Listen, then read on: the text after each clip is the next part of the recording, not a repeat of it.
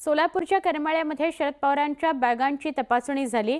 माजी आमदार नारायण पाटील यांच्या प्रचारार्थ करमाळ्यामध्ये शरद पवार पोहोचले होते। सभेचं आयोजन करण्यात आलंय। दरम्यान यावेळी निवडणूक आयोगाच्या कर्मचाऱ्यांनी पवारांची बॅग तपासली। कराड विमानतळावर उद्धव ठाकरे यांच्या बॅगांची तपासणी करण्यात आली।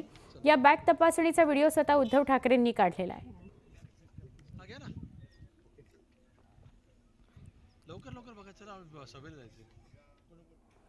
इकडे शरद पवार उद्धव ठाकरे तर तिकडे मंगळवेढ्यामध्ये खासदार सुप्रिया सुळे यांच्या बॅगांची तपासणी झाली।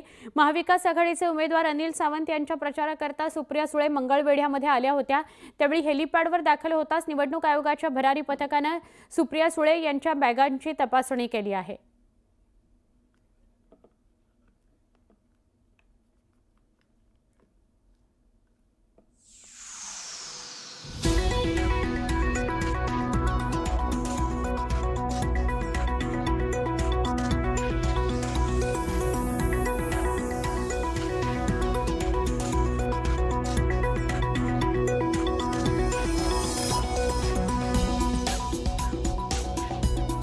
महत्त्वाच्या बातम्या, प्रायोजक घरकुल मसाले, स्वाद आणि मायेचा खमंग मेळ।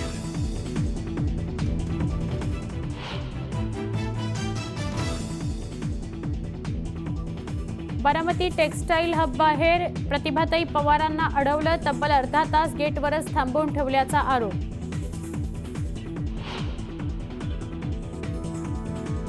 पालकमंत्री नवे लुटमार मंत्री उद्धव ठाकरेंचा पाटणमधून शंभूराज देसाईंवर घणाघात।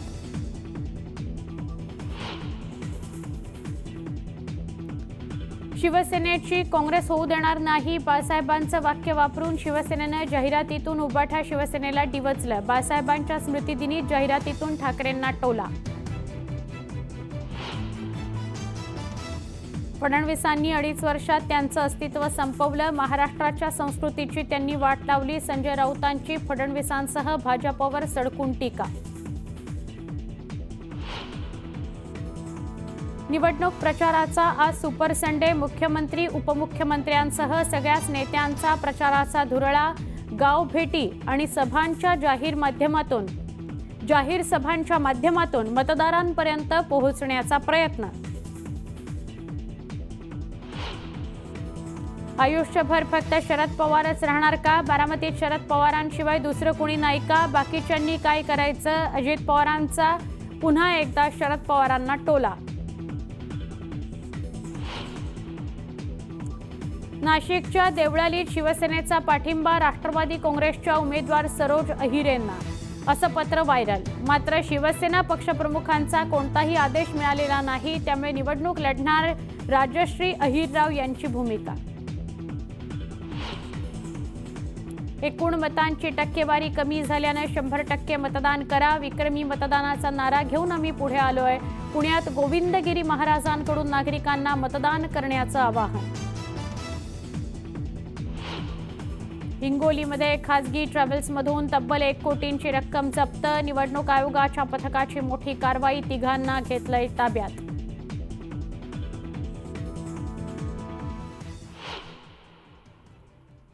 नमस्कार, मी सुवर्णा, बुलेटिनमध्ये स्वागत। सुरुवात एका मोठ्या बातमीनं। बारामतीकरांनी अगोदर सांगितलं असतं तर लोकसभेला सुनेत्राला उभंच केलं नसतं, असं म्हणत अजित पवारांनी आपली चूक मान्य केली। बारामतीच्या माळे गावात प्रचार सभेदरम्यान ते बोलत होते। दरम्यान बारामतीकरांना सगळ्याच गोष्टी मिळाल्या, त्यामुळे विकास कामांची किंमत राहिली नसल्याचं त्यांनी म्हटलेलं आहे।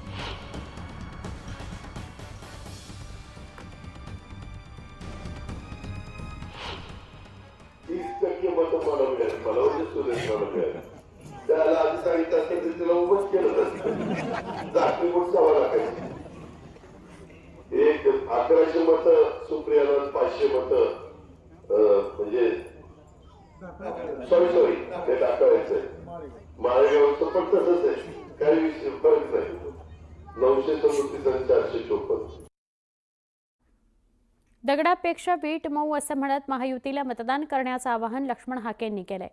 निवडणुकीत महाविकास आघाडी निवडून आली तर ओबीसींचं आरक्षण संपेल, असा इशाराही हाकेंनी दिलाय। मवियाच्या लोकांनी लोकसभेत जरांगेंना उभं केलं आणि ओबीसी उमेदवारांना पाडलं, असा आरोप करत जिथे जिथे जरांगे जाणार तिथे तिथे लक्ष्मण हाके जाणार, असं म्हणत हाके यांनी जरांगेंवर निशाणा साधला। आणि याच्याही पलीकडे जाऊन आम्ही या राष्ट्रवादीपेक्षा आपल्याला दगडापेक्षा वीट मऊ म्हणून काही क्रांतिकारक आणि आपल्या हिताचे निर्णय या महाराष्ट्रातल्या ओबीसीनी घ्यावेत असं आम्हाला वाटतं. आणि काही लोक म्हणतील की यानं पक्षाची भूमिका घेतली. अरे जरांगे रात्रंदिवस शरद पवारांचा प्रचार करतोय आणि मग शरद पवारांचा पाठिंबा त्यांना असेल, शरद पवारांनी जरांगेला लिहून दिला असेल, म्हणून जर जरांगे त्यांच्या सभा घेत असेल मग जिथं जरांगे जाईल त्याच्या विरोधामध्ये लक्ष्मण हाके जाईल. कारण आम्ही संविधानाची आणि आरक्षण वाचवण्याची भाषा बोलतोय, ओबीसींची भाषा बोलतोय. जिथं आमचा शत्रू जाईल त्या शत्रूच्या विरोधामध्ये लक्ष्मण हाके, मग त्याचा शत्रू आमचा शत्रू असला तरी चालेल, पण आम्ही महायुतीकडे जाऊ किंवा अजून कुठे जाऊ तो आम्हाला या संविधानानं लोकशाहीनं दिलेला अधिकार. मतांचं लांगूनचालन करण्यासाठी वोट जिहाद करणार असाल आणि एखाद्याच्या समाजाच्या मतांवर सत्तेत येण्याचे स्वप्न पाहत असाल तर आम्हालाही मतांकरता धर्मयुद्ध करावं लागेल असं आव्हान थेट फडणवीसांनी दिलं होतं. तसंच एक रहेंगे तो सेफ रहेंगे या नाऱ्याचा पुनरुच्चारही त्यांनी केलाय. वोट जिहादच्या माध्यमातून आम्ही सरकार बदलून टाकू हे जर सांगत असतील तर तुम्हाला देखील मतांचं धर्मयुद्ध करावं लागेल, मतांचं धर्मयुद्ध करावं लागेल.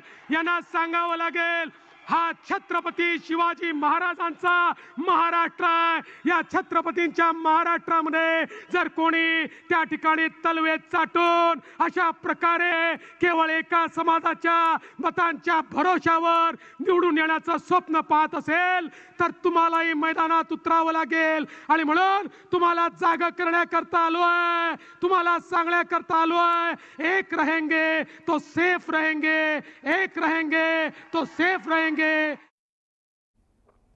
मुख्यमंत्री आज धुळे जिल्ह्यात महायुतीचे उमेदवार मंजुळा गावित यांच्या प्रचाराकरता दाखल होत आहेत. धुळ्यामध्ये 5 विधानसभा मतदारसंघांपैकी शिवसेना शिंदे गटाची एकमेव जागा आहे. या पार्श्वभूमीवर आता मुख्यमंत्री जाहीर सभेत काय बोलतात याकडे सगळ्यांचं लक्ष आहे. या संदर्भात अधिक माहिती दिली आहे आमचे प्रतिनिधी दीपक बोरसे यांनी. महाराष्ट्रातील विधानसभा निवडणुकांच्या प्रचाराची जी रणधुमाळी सुरू ती आता अंतिम टप्प्यात आलेली आहे. आणि याच रणधुमाळी दरम्यान आज धुळे जिल्ह्यातील साक्री तालुक्यामध्ये राज्याचे मुख्यमंत्री एकनाथ शिंदे यांची जाहीर प्रचार सभा होते.